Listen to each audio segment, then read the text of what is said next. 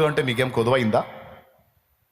షార్ట్కట్లో పైసలు సంపాదించాలి, షార్ట్కట్లో కోట్లు గడించాలి, షార్ట్కట్లో కుప్పల మీద కూర్చోవాలని జూదాలు ఆడేవాళ్ళు, ఆన్లైన్ రమ్మీ గేమ్స్ ఆడేవాళ్ళు, పేకాట ఆడేవాళ్ళు, కోడిపందాలు ఆడేవాళ్ళు, బెట్టింగులు పెట్టేవాళ్ళు ఈరోజు కుటుంబాలే పాడైపోయి ఆత్మహత్యలు చేసుకొని చనిపోతున్న వాళ్ళు లక్షల సంఖ్యలో ఉన్నారు. తెలుసా మీకు ఆ సంగతి? బానిసలు అయిపోయారు. ఈ ఆన్లైన్ ద్వారా ఈ వాక్యాన్ని వింటున్న వాళ్ళు ఆ బంధకాల్లో ఉన్న వాళ్ళు కూడా ఉండి ఉంటారు. గుర్తుపెట్టుకోండి, దురాశ ఎప్పుడు కూడా మనిషికి నాశనాన్ని తీసుకొచ్చింది, కానీ ఏ మనిషిని కూడా ప్రశాంతంగా బ్రతకనివ్వలేదు. తరతరాల మానవ జాతి చరిత్రలో ఆరంభం నుండి ఆది నుండి ఇప్పటి వరకు దురాశ ద్వారా సుఖపడిన మానవుడంటూ ఎవ్వడూ లేడు.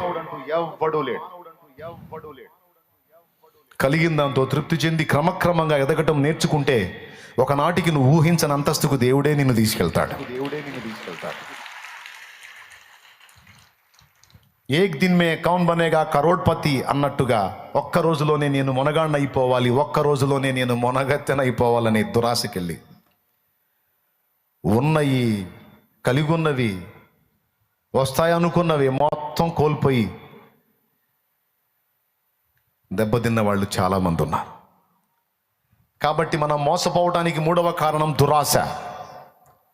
నాలో అంత దురాశ లేదు, నాలో ఇంత దురాశ లేదని నువ్వు బిల్డప్లు ఇవ్వటం కాదు, నిజంగానే పరిశీలించుకో.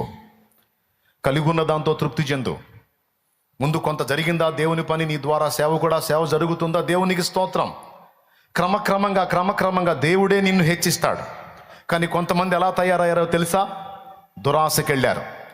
దురాశకెళ్ళి ఎంత తప్పుడు అడుగులు వేశారో తెలుసా?